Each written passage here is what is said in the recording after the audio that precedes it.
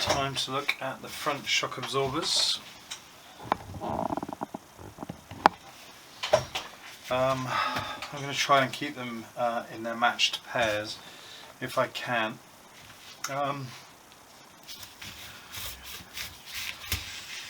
First off is the rusty spring and the plastic cap or sleeve that goes in it. The spring I will probably give a quick wire wheel to, and maybe even a spritz of black metal paint just to keep it from rusting any further. We have the top bolt, and I suspect there might still be a bit of oil in here. I might be making a bit of a mess. And this top bolt has also got a washer on it, and there's an oil seal in there, and that's to hold the oil in the fork and allows you to fill the fork up through the top. Remarkably clean, the oil. I wonder if the previous owner changed it.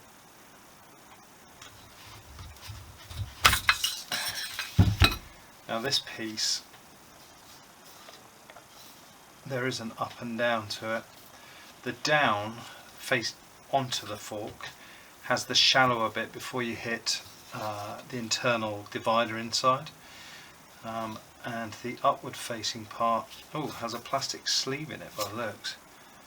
Does that come out? Yeah.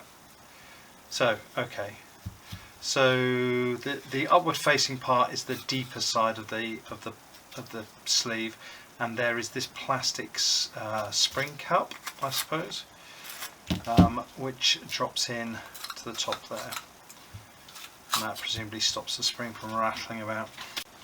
Also of note about the main spring is that the coils are tighter at the top end of the spring and less tight at the bottom end. The next part, there is a circlip in here, but I just want to get rid of as much of this crap as I can before I take this out, because I want to reduce the chance of that getting in there and damaging something. Although again, everything's going to get cleaned and the bottoms of the forks hopefully polished up, although someone has been at them. There we go, one circlip.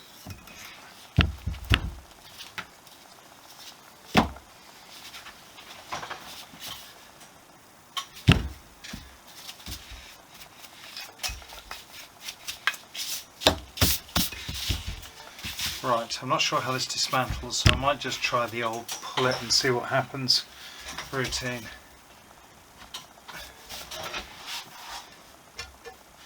See what happens.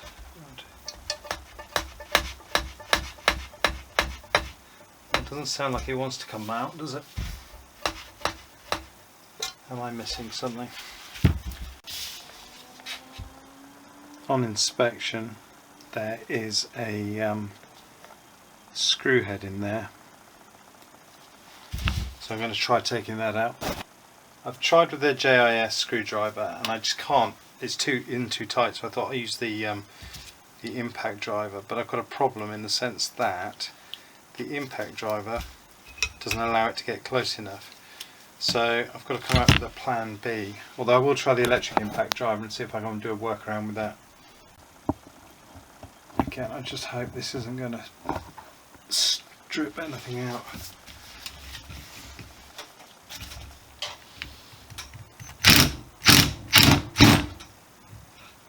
Did that round it or did that loosen it?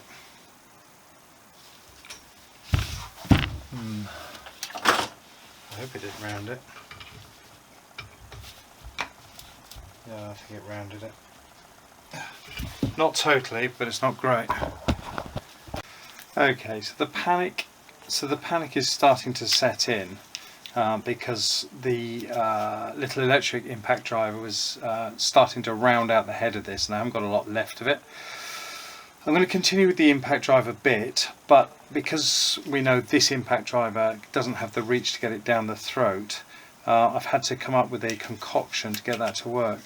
So I've got the impact driver bit, followed by an 8mm socket, followed by what's that? That is 3/8 inch drive, followed by 1/4 inch drive. Is that right? One way around. Which then goes on to this 1/2 inch drive, So if that isn't a sketchy setup, I don't know what is. I'm going to turn the fork upside down onto a block of wood on the floor so that there's no rebound, and I'm going to go at it with that. I'm not going to film it because there'll be a lot of swearing.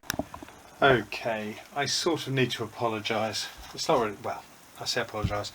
You don't need to take the screw out the bottom, and as it turned out I didn't take the screw out the bottom. I tried my sketchy setup to remove it and it wasn't shifting it, and I thought rather than absolutely muller it, I'll give the stanchion a couple of sharp tugs and it just popped out. Now, whilst not ideal, I don't know if this will show anything, but at the bottom of the tube there is effectively what consists of an oil damper in there, which would be released by undoing the screw. But as I can't do it without mullering it, I'm going to leave it in place. I'm going to rinse it out thoroughly and re-oil it once I've cleaned up the outside of the fork tube. So yeah, so you don't need to take that bottom out in order to dismantle it. So I wasted my time and everybody else's time. It would have been nice, hey ho. Right, onwards we learn. Whilst I do have a manual for this bike, interestingly the fork diagrams are slightly different. They're a bit like the online diagrams for later bikes.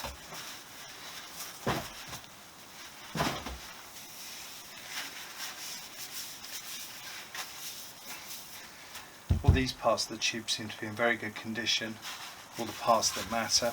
Any of the parts where the spring was, there is images of rust on there, but as this is not an area that the forks slide up and down on, it doesn't bother us too much. This is where it's pinched into the yoke at the top, and all this is hidden behind the shrouds as well, so cosmetically it shouldn't make a difference. And funny enough, you can see where the forks stop.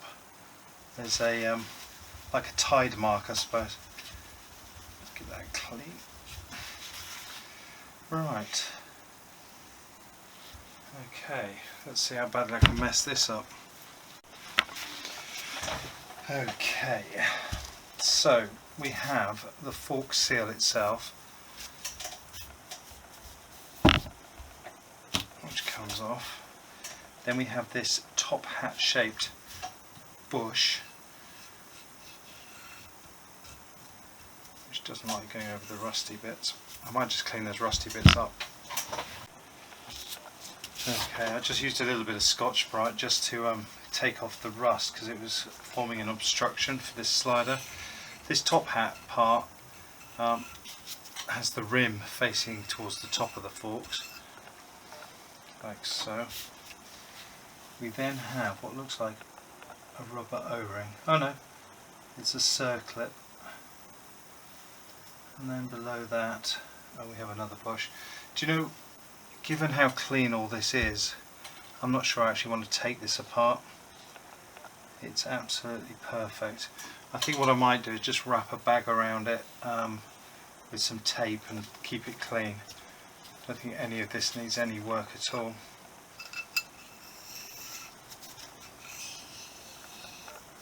That clip there just stops this riding any further down. On fork number 2, I'll try and replicate what I did to dismantle it before, and it was just a tug. It's not going to play ball now, is it?